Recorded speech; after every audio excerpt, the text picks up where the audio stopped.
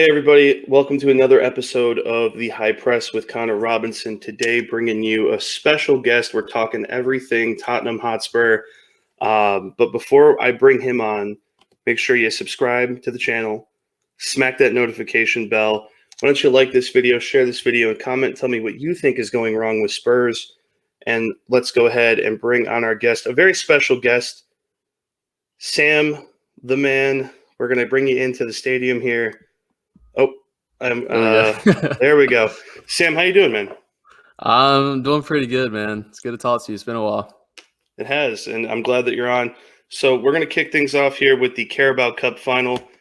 What's going wrong for Spurs? What was your take on the final? I know we texted a little bit during the game.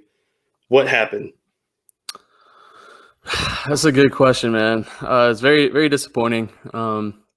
I really went into this match pretty optimistic to at least get some sort of result or just to go out there and, play some sort of good attacking football. But that was definitely not it at all. The entire game was completely ran by Man City. And I think we just totally got everything wrong. The approach, the substitutions, everything just went against us. We had no shots on target hardly. There was no attacking. There was no fight for it. I just think we got it completely wrong. And unfortunately, we sacked the manager a week before a final that I think is the only manager that could have had any hope against a Pep Guardiola team that's so dominant with Jose Mourinho to at least get, something out of it. So who knows? He got sacked a week before, so we can sit here and say that he could have changed things up with the team or could have, won it, but who knows? It's just I think there's just so many issues, regardless of the manager, with the players, the board. There's a lot to it, but I just think we didn't go out there and fight for it, regardless of who the manager was. The players didn't go out there and fight. They didn't challenge for the cup, and ultimately, Man City deserved the win, 100%. And I remember you sent me the video from Sky Sports with Jamie Carragher, and the analysis there was pretty brutal, but realistic. Yeah. I mean, the passing was very passive. It was very there wasn't any fight, as you said, which I agree with. A lot of sideways and backwards passing. I'm looking at the stats from the season. Spurs have the most points lost from winning positions. They have 10 losses, but the goals are still coming. I mean, 56 goals for.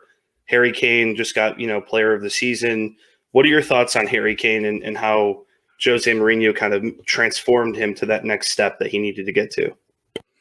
Yeah, I mean, Harry's been doing that for years. And like you said, Jose came in and had a plan for him, kind of dropped him back a little bit. Him and Son were kind of the main show for the entire season. But I mean, that just shows he's quality. I feel like he can go to any team and do that. He's just a lethal striker and is even elevated his game to be, even an assister in a way, and kind of dropped back in that number 10 role. So he just has so many arsenals to his game. I'm just so grateful to have him at Spurs. We don't deserve him, but I'm grateful that he's still here, and hopefully we get him to stay with us. Hopefully build a team around him again.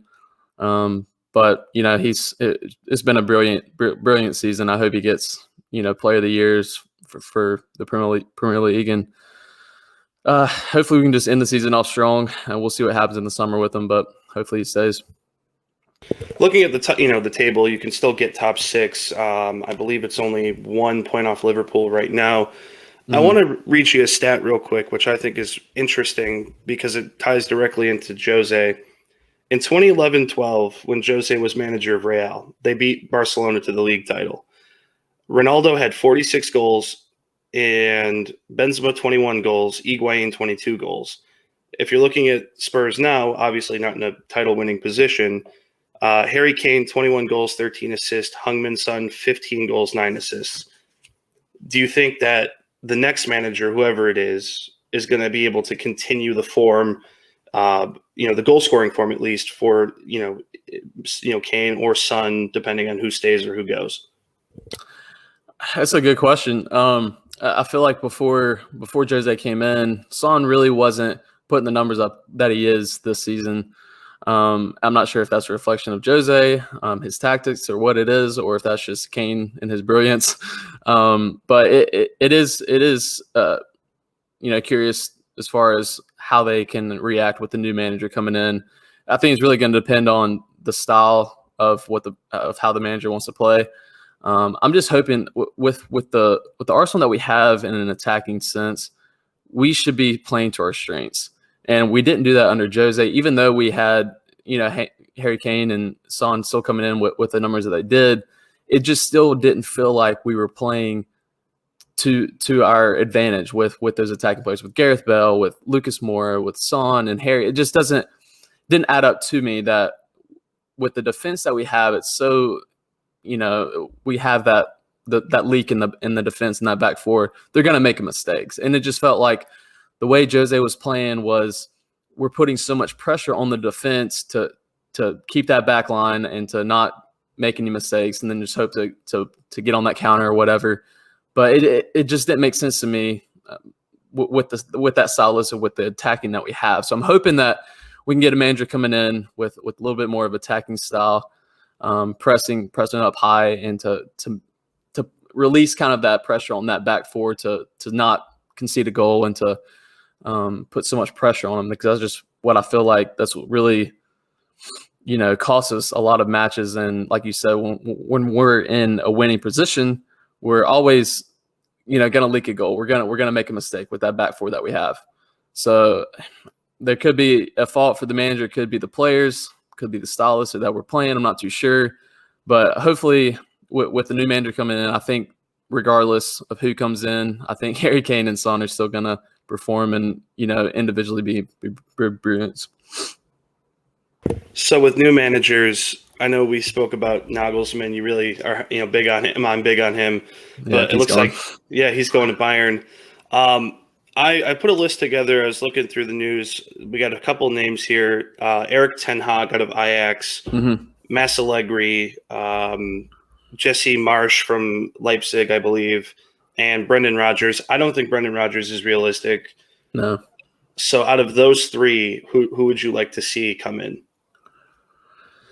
Well, just from those three, I think Eric Ten Hag was probably be the favorite for me. But to be honest, I honestly would kind of rather go towards the approach of finding some sort of plan, like a 4 or 5 year plan, kind of how we did with Pochettino.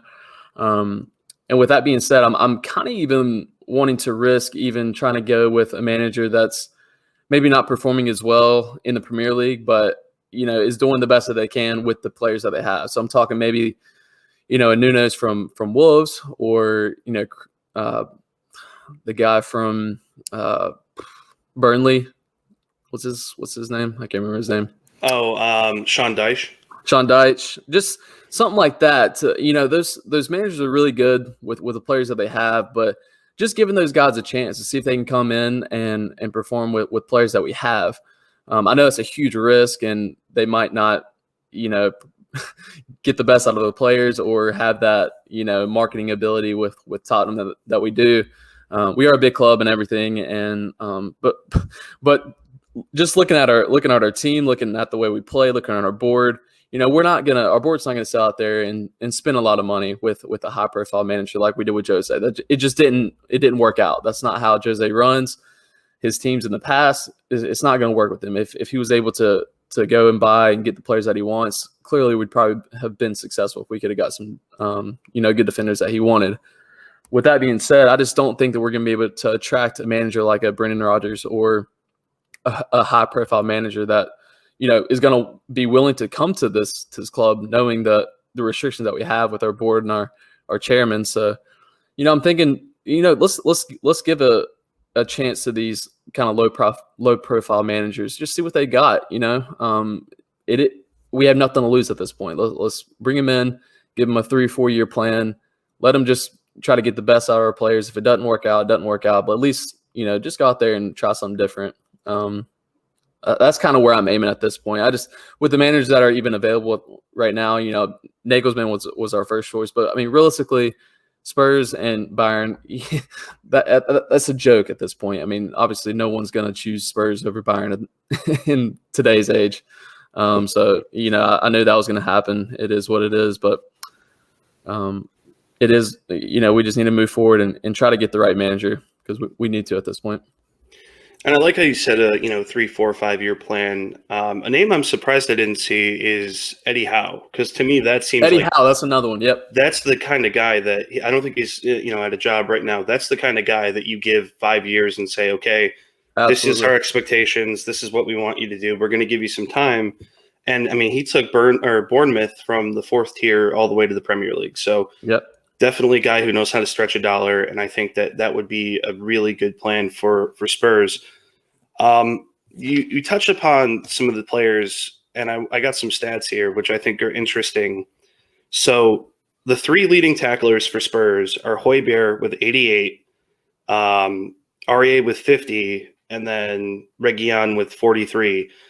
I think the biggest problem is that there's not a second midfielder there. And I know Sissoko and Højbjerg played a little bit together and they did, okay. But I think the biggest problem is there's not enough midfield players to cover the ground, and Højbjerg can only do so much. Who would you like to see come in this summer if you could pick any, midfielder? I'm thinking realistically, I was looking at Sabitzer from Leipzig.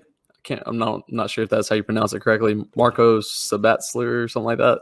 Oh, Marcel Sabitzer. Yeah, he's more of attacking threat, more like a number 10. But him, and then we have Oliver Skip coming back from Norwich on loan. I'm a big fan of him.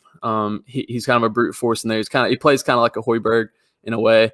So I'd love to see them paired up together and then kind of play that 4-2-3-1. Bring Sabitzer in as a number 10. I'm really big on Skip, but knowing the market that it is today, clubs aren't going to be spending a lot of money. So I think there's going to be a lot of kind of willing and dealing and sending players on with fees as well. So, who knows? But like you said, I think we've got to desperately replace Sissoko. We still got Ndombele over there as well. He's a decent, defender as well. People don't give him enough credit for that. He challenged for the ball. He moves the ball forward. He puts in a tackle.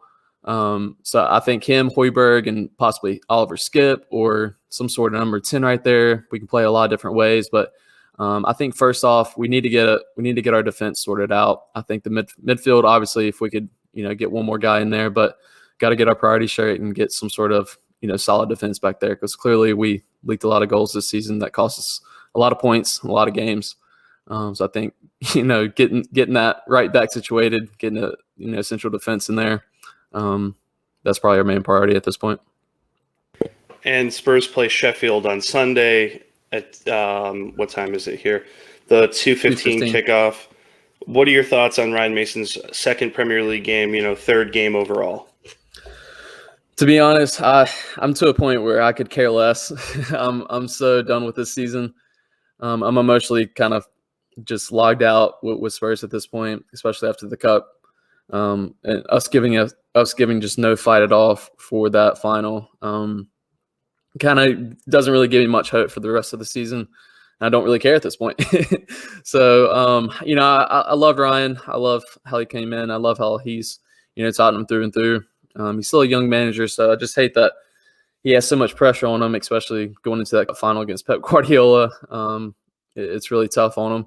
But, with that game against Southampton, his first game, I like the way that we kind of played, went out there and we fought for the badge at least. We were down a goal, but we, kept striving. It almost felt like kind of during the Pochettino's days, even whenever we were down a goal, I felt in that second half we were gonna win. Somehow we were gonna get a goal, and I haven't felt that for a long time because under Jose, I just, even when we're up one, I just still felt like we're gonna concede a goal. I knew it, and under Mason for this last game, I really felt like we were going to continue push, try to create chances and get those goals. And, luckily we did. And I just missed those days. So I'm just hoping that he goes out there for the rest of the season, just continue to attack, get on the front foot, try, create chances, just play some attacking. And I hope the players go out there and, just fight for us, for the fans, and just finish out the season somewhat decent if we can.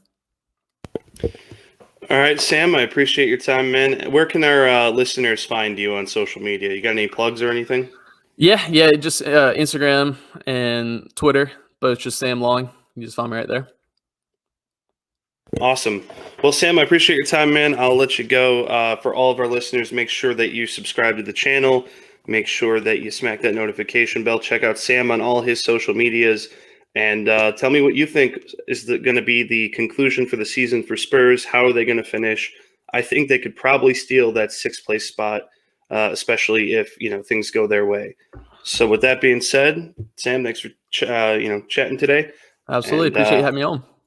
for sure, man. And thanks for tuning in, everyone. Have a wonderful day.